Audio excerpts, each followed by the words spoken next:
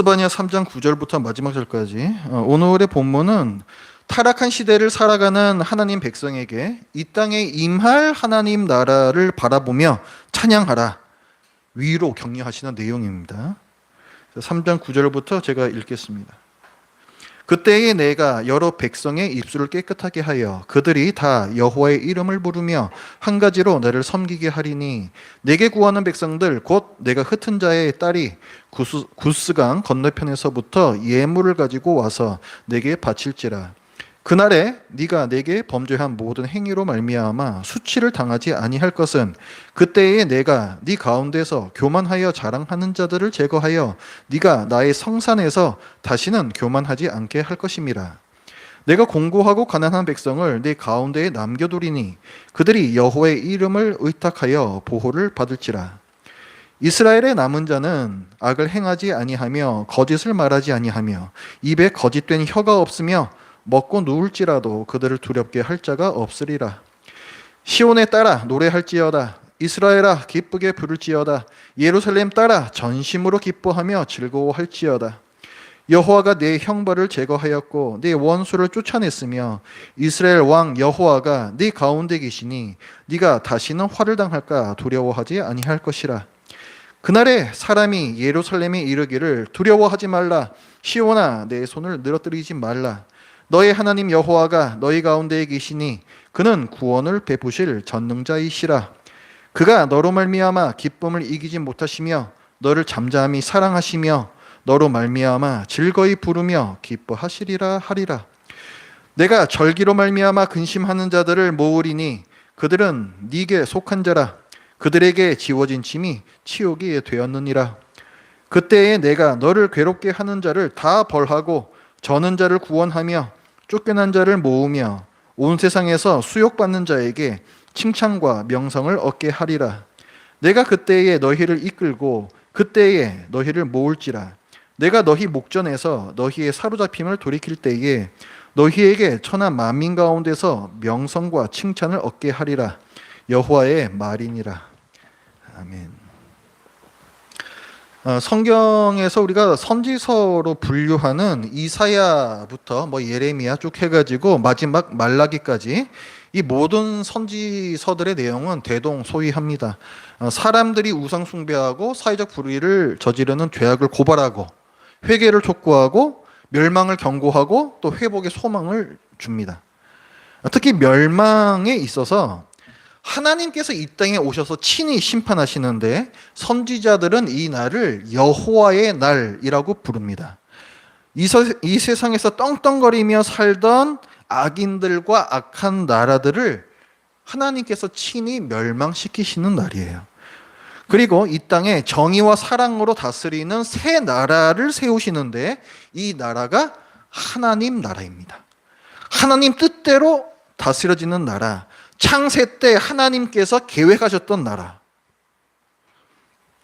스바냐 선지서는 분량이 3장밖에 안 되는 아주 적은 분량이지만 이 모든 주제들을 담고 있습니다.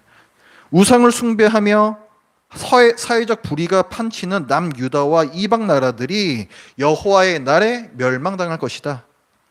그리고 하나님 나라를 세우시는데 남유다든 이방 나라든 남은 자, 참 믿음을 가진 사람들이에요. 이 남은 자들은 그 나라, 하나님 나라의 백성이 될 것이다. 오늘의 본문은 뒷부분에 대한 내용이에요. 회복에 대한 예언입니다. 9절부터 보십시오. 9절. 그때에 이렇게 시작해요. 그때에. 자, 9절부터 10절까지는 온 세상의 회복에 대해서 말씀합니다. 아까 우리가 봤죠. 2장에서는 온 세상, 네 나라 나왔었잖아요. 온 세상의 멸망을 예언했잖아요. 이제는 온 세상의 회복에 대해서 말씀하세요. 9절부터 10절인데요. 9절은 그때에 라고 시작합니다. 그때가 언제인가? 바로 윗부분에 보면은 온 땅이 나의 질투의 불에 소멸되리라. 온 땅이, 그러니까 온 세상이 멸망당하는 그때에 라는 뜻이에요. 그죠? 하나님께서 심판하시는, 온 세상을 심판하시는 그때에, 그러니까 마지막 심판의 날이고 여호와의 날입니다. 이것은 스바냐 시대의 배경에서 보면은 머지않아 있을 유다를 비롯한 이방 나라들의 멸망이에요. 왜 멸망당합니까? 바벨론이 쳐들어와서 다 멸망시켜요. 하나님께서 바벨론을 진노의 심판의 도구로 사용하셔서 모든 나라들을 다 멸망시켜 버리시는 그날이고, 궁극적으로는 예수님께서 재림하셔서 온 세상을 심판하시는 그날입니다. 아직 오지 않은 날이죠. 오늘 본문의 이 9절부터는 이 멸망이 있을 때에로 시작을 하는데, 그때에 멸망당하지 않는 사람들이 있고 그 사람들에게는 오히려 회복이 있다라고 말씀을 해요. 그리고 그 사람들은 이스라엘 백성만이 아닙니다. 9절에서 보면 그때 내가 여러 백성의 입술을, 여러 민족들, 그러니까 모든 나라들에서 다 이런 사람들이 있다는 거예요. 그리고 10절에서도 내게 구하는 백성이 아니라 백성들이라고 했습니다. 민족들이라고 얘기를 하고 있어요. 그러니까 이스라엘을 포함한 모든 민족들을 회복시키십니다. 그리고 10절에서도 구스강 건너편에서부터 예물을 가지고 와서 내게 바실지라. 아까 이스라엘의 동서남북 얘기할 때 남쪽에 있는 게 구스라고 나왔었죠. 그러니까 이건 세상 끝이에요. 세상 끝. 세상 끝에서부터 하나님께 예물을 드리기 위해서, 하나님께 예배 드리기 위해서 나오는 사람들이 있다는 거예요. 하나님께서 그런 회복을 이루시겠다는 거예요. 이 사람들은 누구냐 했을 때 10절에서 얘기를 해요. 내게 구하는 백성들이라고. 이 온 세상에서 하나님 앞으로 예배하러 나오는 이 사람들은 여호와 하나님을 구하는 사람들이에요. 여호와 하나님을 전심으로 의지하며 섬기는 신실한 사람들인데, 하나님께서 이들의 입술을 깨끗하게 하시겠다라고 말씀합니다. 그 9절에 보면 내가 여러 백성의 입술을 깨끗하게 하여 그들이 다 여호와의 이름을 부르며 한 가지로 나를 섬기게 하리라. 그죠? 예배하러 나오는데 어떻게 이 사람들이 그렇게 되는 거냐 했을 때, 하나님께서 그 사람들의 입술을 깨끗하게 하셨기 때문에 이렇게 나온다는 거예요. 지금까지는 이스라엘 백성이든 뭐 이방 나라 사람들이든 할 것 없이 입술이 죄와 부정으로 더러웠습니다. 이웃에게 거짓말하고 욕하고 하나님을 경멸하고 비방하고, 마음으로는 사실은 하나님을 아닌 세상을 사랑하면서 말로는 하나님을 사랑한다라고 거짓말하는 더러운 입이었습니다. 예수님께서 말씀하셨죠. 악한 마음에서 악한 말이 나오고 선한 마음에서 선한 말이 나온다. 입이 더럽다는 얘기는 뭐냐면 마음이 더럽다는 거예요. 하나님께서 자기 백성의 입술을 깨끗하게 하신다는 건 정결한 마음으로 바꿔주신다는 말씀입니다. 그 결과로 유대인이든 이방인이든 한 가지로 전심으로 여호와의 이름을 부르며 섬길 거라는 거예요. 그 9절의 뒷부분에 나오잖아요. 한 가지로 나를 섬기게 하리니. 이 섬긴다는 단어가 중요합니다. 이것은 단순히 죄인에서 의인으로 신분의 회복을 나타내는 말뿐이 아니라 공적인 지위의 회복이기도 해요. 이 섬기다라는 이 단어가 히브리어 원어로 아바드입니다. 이 아바드가 어디 나왔던 거냐면은 창세기 2장 15절에서 하나님께서 아담과 하와를 창조하시고 에덴 동산에 두어 경작하며 지키게 하셨다라고 말씀하고 있죠. 그 경작하다라는 단어가 아바드예요. 근데 우리 성경에서는 경작하다라고 번역을 했지만 그런 뜻도 있습니다. 그러나 또 다른 중요한 뜻이 뭐냐면 섬긴다라는 뜻이에요. 아바드는 섬긴다, 예배한다는 뜻이에요. 그래서 구약 성경에 아주 많은 본문에서 이 아바드를 이를테면 레위인과 제사장이 성전에서 섬긴다 할 때 그 단어로 사용을 합니다. 그러니까 이건 무슨 말이냐면 창세 때의 에덴 동산은 하나님께서 거니시는, 하나님께서 임재하시는 성전이었는데, 아담은 이 성전에서 아바드, 하나님을 섬기는 제사장이었던 것을 드러내는 것입니다. 그런데 아담이 하나님을 배반하고 뱀을 섬김으로써 제사장의 신분을 잃어버리죠. 그게 오늘날까지 이어져 내려오는 것입니다. 그래서 사람들이 하나님 앞에서 제사장의 신분을 잃어버린 거예요. 그렇다면 오늘 본문에서 9절과 10절은 뭘 말합니까? 마지막 날에 온 세상에 흩어져 살고 있는 참 믿음을 가진 하나님의 백성들의 이 죄악된 마음을 정결케 하시고 온 세상 다 멸망시키시고 새로 세우시는 하나님 나라에서 완성된 하나님 나라, 그러니까 전체가, 이 온 세상 전체가 성전인 이 세상을 섬기는 제사장으로서 회복시키시겠다, 이런 말씀이에요. 그러니까 창세의 목적이 완성되는 현장을 말씀하고 있는 것입니다. 이 놀라운 일을 하나님께서 홀로 주도적으로 이루시겠다 말씀하세요. 9절의 주어가 누구입니까? 내가, 이렇게 되어 있죠. 내가 이 모든 일을 하겠노라 말씀을 하세요. 우리의 죄악된 마음이 정결케 되어야 하는데, 이 일은 내가 스스로 마음을 고쳐먹는다고 되는 일이 아닙니다. 성경에서 마음이란 사람의 지성, 우리의 감정, 우리의 행동을 일으키는 의지, 이 모두가 뿌리박고 있는 어떤 기관을 마음이라고 불러요. 이 마음이 아담과 하와의 범죄로 부패했습니다. 예레미야 선지자가 이렇게 얘기했어요. 만물보다 거짓되고 심히 부패한 것은 마음이라. 누가 능히 이를 알리오마는. 썩어 빠지고 녹이 쓸어서 다 부서져 버린 상태이기 때문에 도저히 고쳤을 수 없는 게 우리 마음이라는 거예요. 누가 능히 이를 알리오마는 스스로 이 상황을 알지도 못할 정도로 부패했다는 것입니다. 다른 분들한테 한번 얘기해 보세요. 당신의 마음은 썩어 빠졌습니다. 바로 화낼 거예요. 몰라요. 자기 마음이 어떤 상태인지 모릅니다. 누가 이를 알리오마는. 이 부패한 마음에서의 열매가 무엇인가?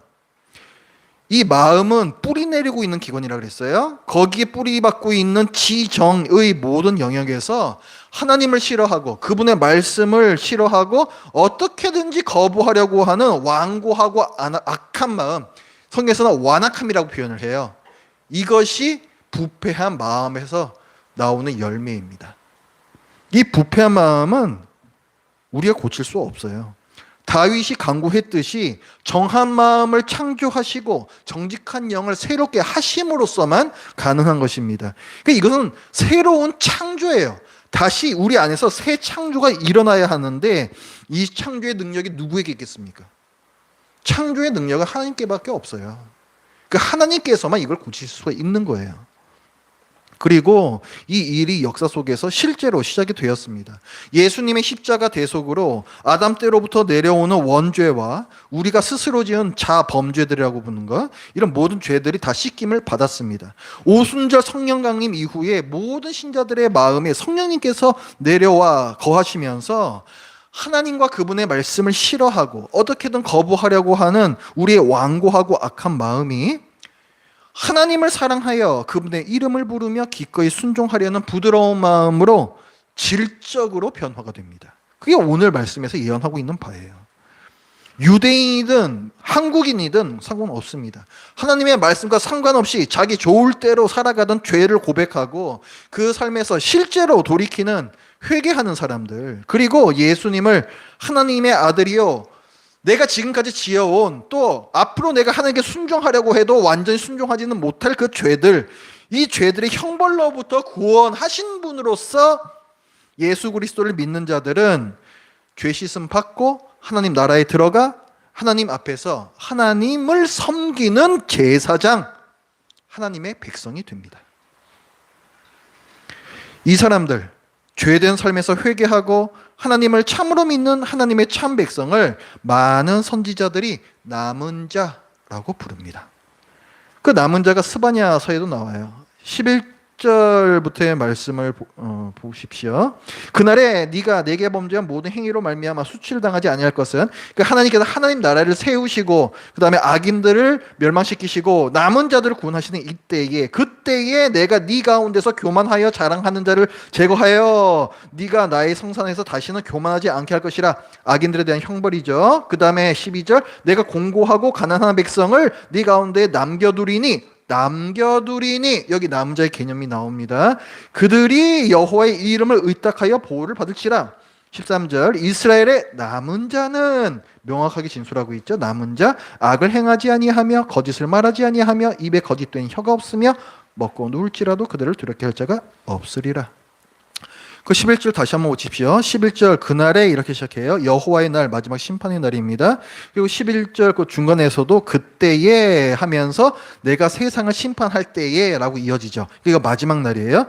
이때 11절에서 뭘 말씀합니까? 너는 내게 행한 범죄로 인해 수치를 당치 않을 것이다. 그냥 멸망당하지 않을 거라는 거예요. 마지막 심판 때에 멸망당하지 않고 남은 자들이 있다는 거예요. 이 사람들, 이 남은 자들도 율법을 100%다 지킨 것은 아닙니다. 그러나 하나님을 사랑하고 순종하려고 노력하는 신실한 참 백성이에요. 이 사람들을 예수 그리스도의 십자가와 성령의 내주하심으로 마음을 정결케 하시고 구원하시겠다는 거예요. 이 사람들은. 12절 말씀에 보면은 이 사람들은 하나님께서 남겨두신 백성인데 곤고하고 가난한 백성이라 하십니다. 왜 이 세상에서 곤고하고 가난할까요? 이 참 믿음을 가진 사람들은 왜 곤고하고 가난한 사람들입니까? 세상의 말보다 하나님 말씀대로 살려 하니까, 믿음을 지키자니까 피곤하고 곤비한 것입니다.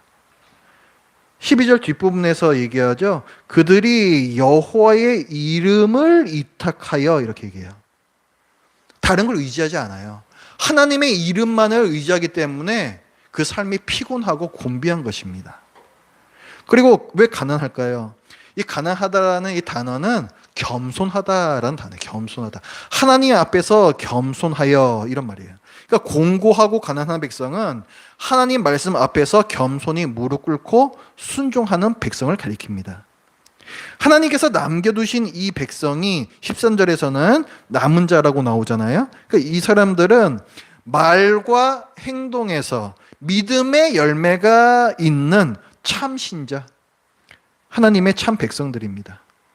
이들이 마지막 날에 이루어질 하나님 나라에서 제사장으로 섬길 뿐 아니라 마지막 날에 하나님께서 이 세상에 오심으로 성전이 되고 그 백성을 모두 불러들일 때 또한 왕이 됩니다. 그래서 하나님 나라를 다스리게 돼요.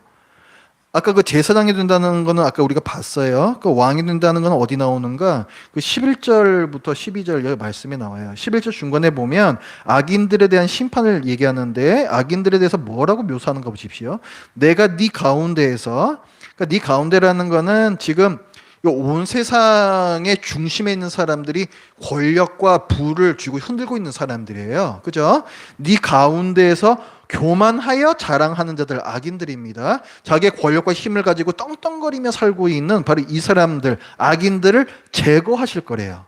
제거하실 거래요. 완전히 성산에서 다시는 이런 사람들이 없게끔 완전히 제거를 하시고, 이어지는 말씀에서 뭐라고 하냐면 곤고하고 가난한 백성을 네 가운데, 아까 악인들이 서 있었던 그 자리죠. 왕의 자리란 말이에요.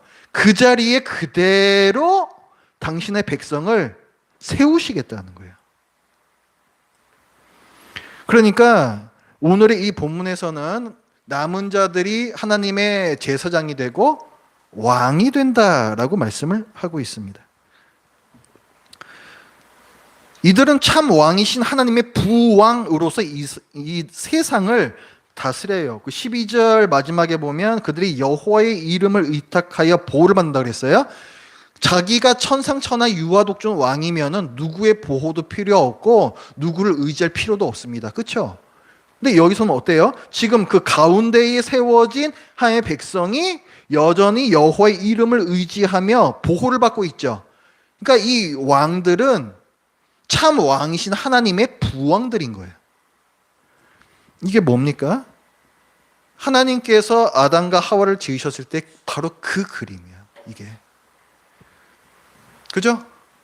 하나님께서 왜 사람을 지으셨어요? 우리를 대신하여 이 세상을 다스리게 하자. 부왕을 세우신 거잖아요. 바로 그 그림의 회복이라고요. 그러니까 이 땅에서 공고하고 가난하게 사는 남은 자들이 여호와의 날에 왕 같은 제사장이 돼요. 왜 왕 같은이에요? 왕이자 제사장이 돼요. 왜 이렇게 얘기 안 해요? 부왕이거든, 부왕. 그래서 왕 같은 제사장이라고 표현을 하는 거예요. 그래서 이 사람들이 사람들에게 칭찬과 높임을 받고, 이 땅에서 그들을 비웃고 욕했던 그 사람들은 하나님께 멸망의 형벌을 받는다 말씀하고 있어요. 그 칭찬과 높임을 받는다라는 얘기가 19절부터 나오죠. 그때에 내가 너를 괴롭게 하는 자, 악인들을 다 벌하고 저는 자, 이건 무력한 자들이에요. 가난하고 공고한 자 같은 표현입니다. 구원하며 쫓겨난 자를 다 모으며 온 세상에서 수욕받는 자에게, 아까 그 공고하고 가난한 자들이죠, 칭찬과 명성을 얻게 하리라. 내가 그때에 너희를 이끌고 그때에 너희를 모을지라. 내가 너희 목전에서 너희의 사로잡힘을 돌이킬 때에 너희에게 천하 만민 가운데서 온 세상 사람들에게서 명성과 칭찬을 얻게 하리라. 공고와 가난, 그 수치로부터 전혀 반대되는 영광의 자리로 올라간다 말씀하고 있죠. 우리가 생각해 봅시다. 나는 남은 자에게 속해 있을까? 남은 자가 이런 영광을 누린다 한들 내가 남은 자에 속해 있지 않다면 그것이 무슨 소용입니까? 나는 남은 자에게 속해 있을까? 남유다 당시 상황이 어땠습니까? 남유다에서 대부분 사람들이 양다리 신앙을 갖고 있었어요.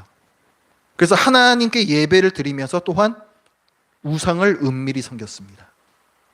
그리고 오직 극소수만 여호와 하나님께 신실했어요. 그러니까 대다수가 우상을 몰래 함께 숭배하고 그 나머지가 남은 자예요. 여러분 그 엘리야 선지자 아시죠? 엘리야 때에 그 엘리야가 죽고 싶어 했잖아요. 사역하다가 낙심해가 죽고 싶어 했잖아요. 그랬더니 하나님께서 어떤 말씀을 주세요?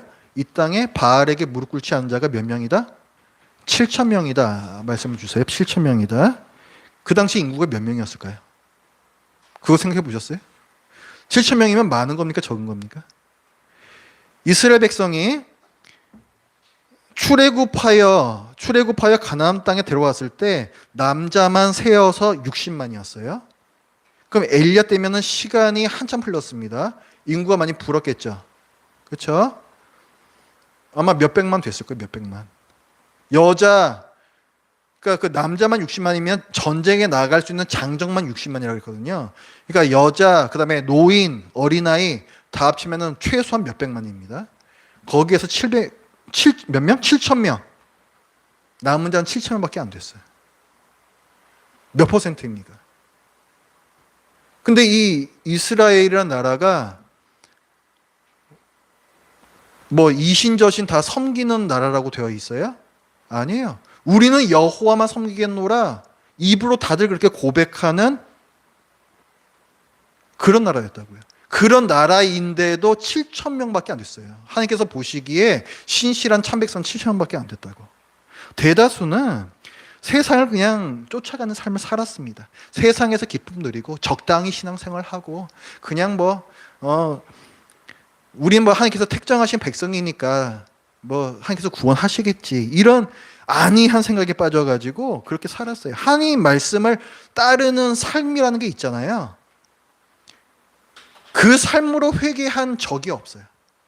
그냥 태어나면서 어쩌다 보니까 그냥 교회 다니게 됐고 그냥 어쩌다 보니까 친구 손에 끌려가지고 교회 다니기 시작한 거예요. 근데 회개한 기억은 없어요. 회개한 적이 실제로 없어요. 지금까지 살아왔던 그 삶에서 돌이킨 적이 없는 거. 그게 바로 이 이스라엘의 상태였던 거예요. 그러니까 여기서 우리가 교훈을 받아야 됩니다. 지금 이 세상도 남유다와 다르지 않아요. 비신자들은 말할 것도 없고 교회 다니는 사람들 중에도 우리 교회도 마찬가지예요. 돈과 권력과 안락함과 자녀와 가족이 우상으로 되어 있는 그런 양다리 신앙, 이름뿐인 그리스도인, 지금껏 그 세상을 쫓아가던 삶에서 회개한 적조차 없는 가짜 신자들이 대다수이고 그 나머지 소수의 남은 자가 참신자예요. 그러니까 이걸 남의 얘기라고 볼 것이 아닙니다. 그러니까 나는 남은 자인가? 내가 돌아봐야 되는 거예요. 나는 정말 회개했는가? 나는 정말 이 세상을 줬던 삶에서 돌아섰는가? 하나님 앞에서 진지하게 자신을 돌아보고 혹시 아직도 세상에 무엇을 하나님보다 더 사랑하고 있다면 그것을 하나님보다 우선순위에 놓고 있다면 세상을 살아가는 삶에서 회개하지 않았다면 속히 하나님 앞에서 죄를 고백하고 실질적이고 구체적으로 삶을 돌이키는 회개가 있으시길 바랍니다. 참 신자, 남은 자는 여호와의 날을 바라보면서 곤고하고 가난한 날들을 인내합니다. 스바냐 선지자 시대의 남은 자들도 그랬어요. 힘없는 자, 의인들을 조롱하고 착취하는 관리들, 이 탐관 오리들이 판치는 불의한 사회였고, 선지자와 제사장, 뭐 하는 사람들입니까? 하나님의 말씀을 말씀대로 전해야 되고 하나님께 예배 올바로 드려야 하는 사람들이잖아요. 이 사람들이 권력과 부를 누리고 있는 그 사람들에게 빌붙어서 하나님의 말씀을 말씀대로 가르치지 않는 종교적 타락의 시대, 그때가 바로 이 남자, 바로 이 시대였어요.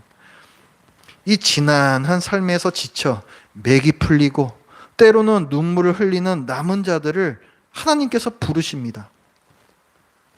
14절에서 이렇게 부르세요. 시온에 따라 노래할지어다.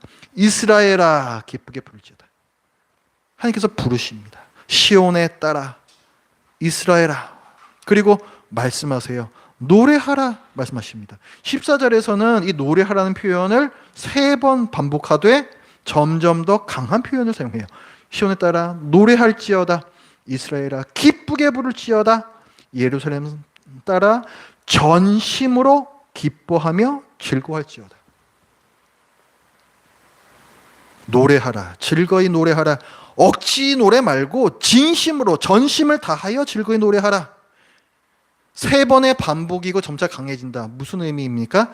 최고의 노래를 부르라는 거예요. 최고의 노래를 부르라는 거예요. 이 부패하고 타락한 세상, 화내지만 않아도, 울지만 않아도 다행히 이 세상에서 진심으로 기쁘게 최고의 노래를 부를 수 있는 이유란 도대체 무엇이란 말입니까? 15절에서 말씀을 하세요. 여호와가 네 형벌을 제거하였고 네 원수를 쫓아냈으며 이스라엘 왕 여호와가 네 가운데 계시니 네가 다시는 화를 당할까 두려워하지 아니할 것이라. 그날에 사람이 예루살렘에 이르기를 두려워하지 말라. 시온아 내 손을 늘어뜨리지 말라. 너희가 죄악으로 인한 형벌을 받지 않을 것이니 노래하라. 원수를 내가 심판할 것이니 즐거이 노래하라. 하나님께서 우리 가운데 왕으로 임재하시어 공의와 사랑으로 다스릴 것이니 전심으로 기뻐하며 즐거이 외쳐 노래하라. 특히 이 15절에서는요, 우리 성경에서도 그렇게 번역이 되어 있죠. 여호와가 네 형벌을 제거하실 것이고, 아니죠, 제거하였고 네 원수를 쫓아내실 것이며, 아니죠, 쫓아냈으며. 완료형으로 말씀하고 있죠. 이건 히브리어 문법에서 예언적 완료형이라고 얘기해요. 예언적 완료. 그러니까 하나님의 말씀은 곧 성취입니다. 전지전능하신 분이기 때문에 그러는 거죠. 그래서 하나님께서 이렇게 완료형으로 말씀하시되 미래의 일에 대해서 말씀하시는 거, 그게 미래형 완료라고 부르는 이런 형식이에요. 그러니까 확정됐다는 거예요. 확정됐다는 거예요. 신적인 주권으로 확정된 미래에 대해서 말씀을 하시는 겁니다. 이 당시 나라 멸망을 앞둔 남유다의 남은 자들에게는 아직 오지 않았으나 확정된 미래요. 예수님의 초림과 재림 사이를 살고 있는 우리에게는 장차 완성될, 그러나 이미 시작된 하나님 나라입니다. 하나님께서 남유다의 이 남은 자들에게, 그리고 이 시대의 남은 자들인 우리에게 말씀을 하십니다. 16절, 그날에 사람이 예루살렘에 이르기를 두려워하지 말라. 시온아 내 손을 늘어뜨리지 말라. 곤고하고 가난하여 온몸에 맥이 빠지고 주저앉고 싶을 이때에 두려워하지도 말고 네 손을 늘어뜨리지도 말라. 격려하시는 거예요. 공고와 가난 중에 손발에 맥이 풀리고 눈물 흘리고 있는 내 백성아, 너희에게 형벌이 없고 너희를 박해하던 원수도 없고 그토록 갈망하던 하나님께서 너희 중에 계시니 두려워 말라. 그리고 이 마음을 담아서 하나님께서 우리를 향해 노래하십니다. 17절, 너희 하나님 여호와가 너희 가운데에 계시니 그는 구원을 베푸실 전능자이시라. 그가 너로 말미암아 기쁨을 이기지 못하시며 너를 잠잠히 사랑하시며 너로 말미암아 즐거이 부르며 기뻐하시리라 하리라. 이것은 우리 아까 14절에서 봤죠? 시온에 따라, 이스라엘아, 예루살렘 따라, 이렇게 시작하시잖아요. 그러니까 이 17절의 노래는 아버지가 딸에게 보내는 편지이고 조용히 불러주는 노래입니다. 그래서 제가 이 17절을 가지고 그 내용을 가지고 시를 만들어 봤어요. 제목을 너를 향한 노래라고 붙여봤습니다. 내 딸아, 너희 길이 고단해 보여도 나는 너희 곁에서 조용히 숨결을 맞추며 함께하고 있단다. 사랑하는 딸아, 나는 너를 보는 것만으로도 기쁘다. 너의 웃음 하나, 너의 눈빛 하나에도 내 가슴은 노래가 되고 만다. 사랑하는 딸아, 혹시 너희 마음이 흔들릴 때면 기억하렴. 너는 즐겁게 불러내는 나의 노래, 내가 쉬지 않고 부르는 노래란다. 내 딸아, 세상이 너를 흔들어도 내 사랑은 흔들리지 않는다. 너는 언제나 내 품 안에 있는 보배로운 아이, 가장 귀한 아이란다. 사랑하는 성도 여러분, 우리는 믿음의 길에서 걸음마를 배우는 영적 아기와 같습니다. 한두 걸음 걷다가 비틀거리고 또 가까스로 균형을 잡고 또 한두 걸음 나아가다가 넘어지기를 되풀이하죠.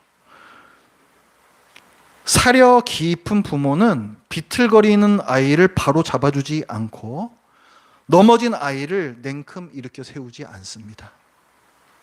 오히려 아이에게서 몇 발자국 떨어진 곳에서 지켜보죠. 이 비틀거림과 넘어짐을 통해서 이 아이의 신경과 근육이 발달하고 있음을 알기 때문에 그렇습니다. 우리 아버지께서도 자기 딸에게 그리하십니다. 외면 속에서도 한시도 눈을 떼지 않으시고 침묵 중에서 늘 말씀하십니다. 믿음으로 살아가는 신자가 세상 사람들에게는 눈에 가시고 욕설의 대상이지만 아버지 하나님께는 이길 수 없는 기쁨이고 쉬지 않고 흘러나오는 노래입니다. 이 확신 안에서 한 주를 담대히 걸어가시길 바라요. 기도하겠습니다.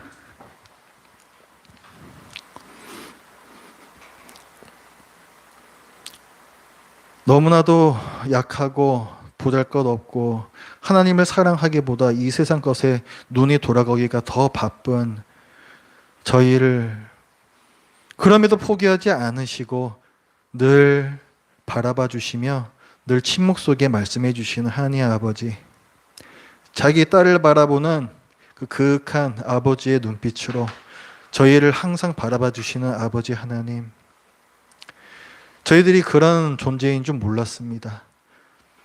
그저 하나님께서 외면받고 그저 하나님께서 아무 말도 하기 싫어하시는 그런 사람들인 줄만 알았습니다. 그래서 저희들이 더 세상을 쫓아가고 더 저희 마음을 채우기 위해 세상의 것으로 채우려고 했습니다. 그러나 하나님 아버지의 마음을 저희들이 오늘 알았습니다.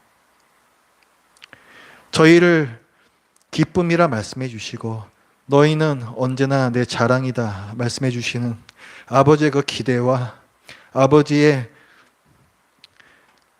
그 격려의 말씀 저희들이 가슴에 깊이 새기겠습니다. 그리고 이번 한 주 동안에 참으로 아버지의 기쁨이요 아버지의 자랑거리가 되는 그 사람으로 한번 살아보겠습니다.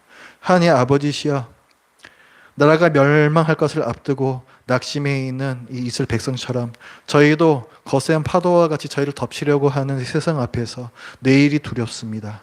그러나 저희들 하나님 아버지 품 안에 안겨있는 딸로서 이 세상 담대히 걸어가 보겠습니다. 아버지 저희들에게 힘 주시고 용기 주시고 하나님 아버지를 자랑스러워하며 하나님 아버지만을 기뻐하는 그런 저희 모두 되게 하여 주시옵소서. 예수님의 이름으로 기도드립니다. 아멘. 찬송가